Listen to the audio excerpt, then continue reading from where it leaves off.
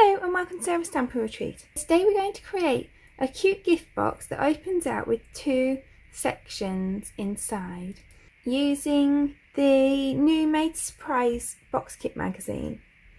So I'm going to just quickly take you through what you get with the magazine and then we'll start. So to start with, we've got these dies and you can combine them to make gingerbread man. You've actually got a gingerbread house template there as well, so these are quite thick plastic templates that you can use to create a gingerbread house. You also get the template for a slider card. Then we've got this big stamp set, so you've got the cute animals and then you've kind of got the gingerbready Christmas type ones.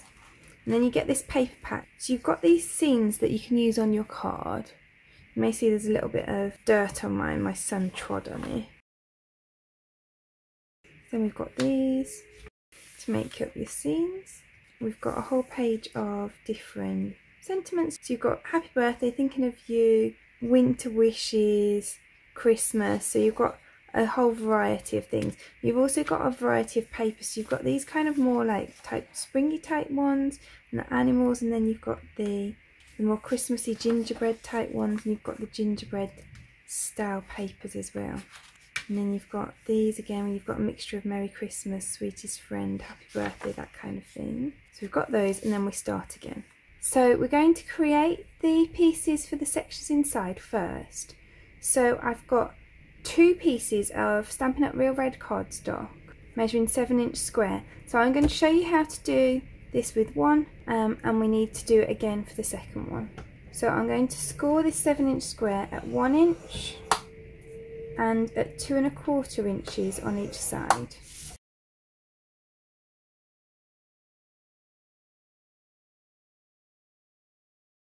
And then I'm going to just fold all of the score lines.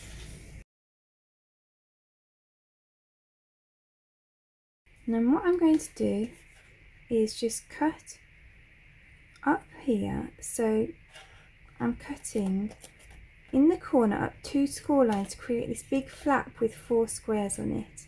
And then I'm going to cut away these 3 outer squares. So I've just got this one flap, and I'm just going to just cut a little triangle off each side of the flap. And then I'm going to do the same on all of the corners. Now it doesn't matter if you cut right the way up to here on this side or this side, but obviously you only want to do one of them. It doesn't matter which way your flap goes, but it needs to be cut up one side, either there or there, and then the 3 outside pieces need to come off.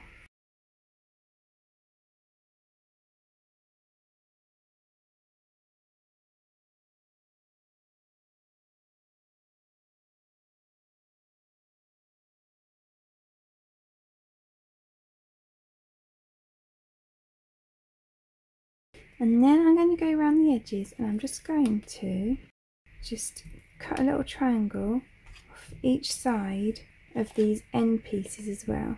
So I'm just going up to that first score line, and all that these little triangles do is just help the box go together better. If you don't cut the triangles off the side, sometimes like the box can look a bit distorted when it goes together. You can see little pieces of the flap sticking over the edges and stuff, because there's not quite enough room for them. Right, so there's my piece, and I'm going to stick some tape onto each of these flaps in the corners.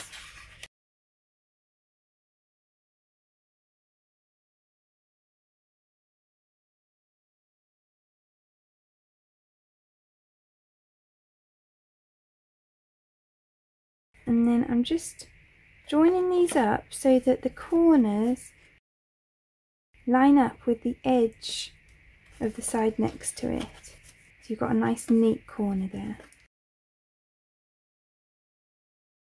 So then I'm going to fold these flaps out, and then I'm going to put some tape just on those edges.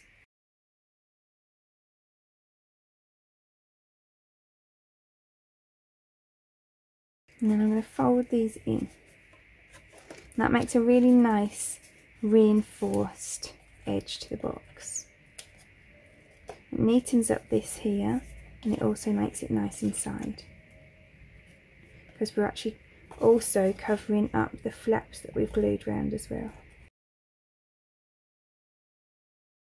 So you can see that looks nice and neat now. So I'm going to make another one of those. So then I've got my 2 pieces there. So then I've got a piece for the lid. So this is 5.5 square, and I'm just going to pull this away from the side a little bit, and then I'm going to score it at 3/4 inch. I'm going to score it at 1.5 inches.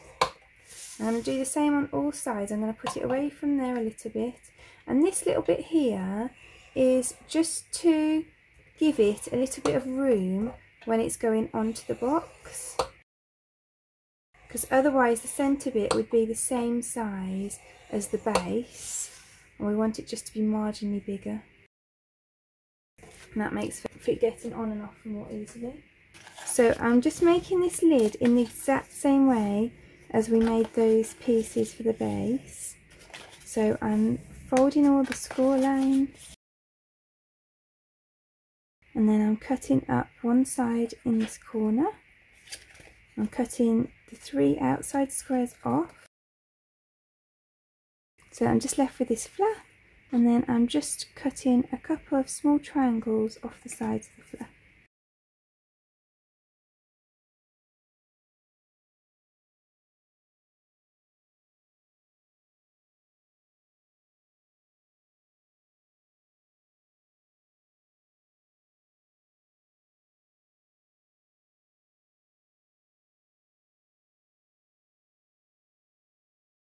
So then, just as I did with the bottom sections, I'm just going to cut a little triangle off the side of each of these as well.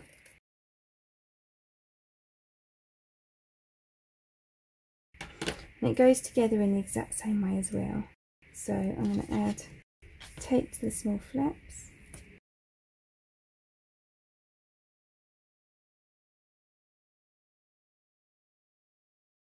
And then I'm just lining up corners with the side next to it again to get a nice clean finish.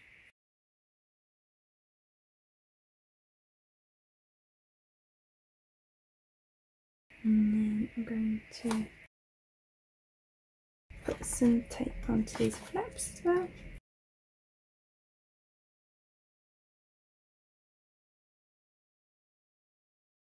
And then I can fold those in. So then that's my lid. And now I just need to create a section that will go around the outside of the bottom pieces. So this piece of real red cardstock measures 10.25 by 2 5/8 inches, and I'm just going to pull this away from the edge just by about half of this 1/8 mark, so 1/16 inch, and I'm going to score this at 2 5/8 inches. Then I'm going to push it back against the side, and I'm going to score at 5 1/8 inches. So essentially I'm adding a 1/16 inch onto the measurements of each side. So then I'm going to pull it away from there about 1/16 inch again, and I'm going to score at 7 3/4. And then each section will just be slightly bigger than this, just so that it can have the room to wrap around the corner. So I'm going to just fold that up, and then I'm going to bring in my base pieces again, and I'm just going to wrap some tape around 2 sides of each of the base pieces. So I'm going to put one piece towards the top and one piece towards the bottom, but only around 2 sides.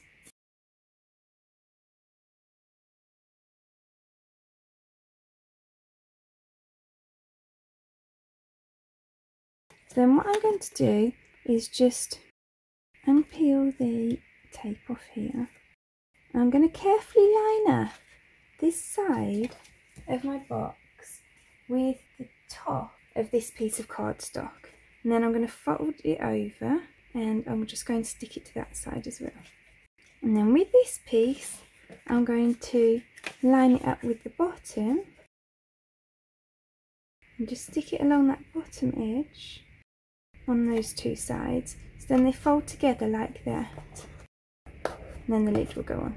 So it looks like a normal box when it's all folded up. Then you take off the lid and you can pull it out to create this sectional box. So then I've cut these pieces of paper from the pack, and these are just under 2.5 inches square to go on the sides. So I'm going to just glue those onto the sides of the box.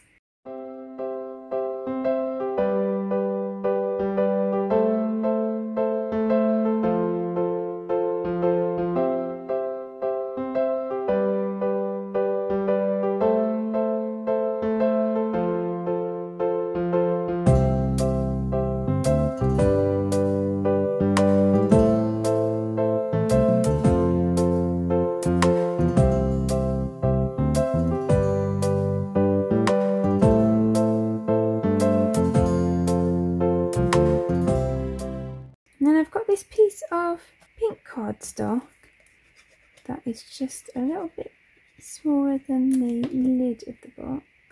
And this is just some pink cardstock out of my stash that I've had years and years and years, and I've honestly no idea where it came from. And then I'm going to add these.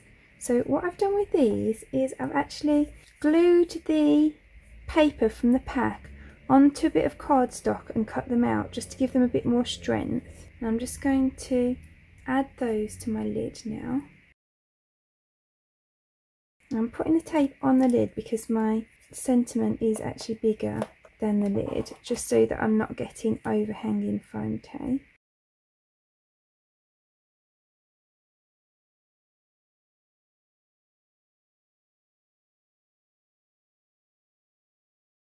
And I can add some to my gingerbread men as well. And obviously these are ones that I've cut from the pack, but if you wanted to make a whole load of these, then you could obviously use sentiments from the stamp set and colour and cut the gingerbread men from the stamp set as well. I just cut the ones for the pack for this one because I thought they were quite cute. And that's our lid to our cute little box. So then you can see that it's a cute little box, and then when you take the lid off, then you can open it out, put your bits inside, close it back up and pop the lid on. And I think that's a nice little surprise for someone to open as well, with those sections inside. So I really hope that you've enjoyed today's project. If you did, I'd appreciate you clicking like below, and you can also press subscribe if you'd like to see future projects. The products that I've used for today's box are listed in the description below, and there's also a link there to my blog where you can find a supply list with pictures if that makes it easier to find what you're looking for. Thank you so much for joining me today. I hope to see you again soon.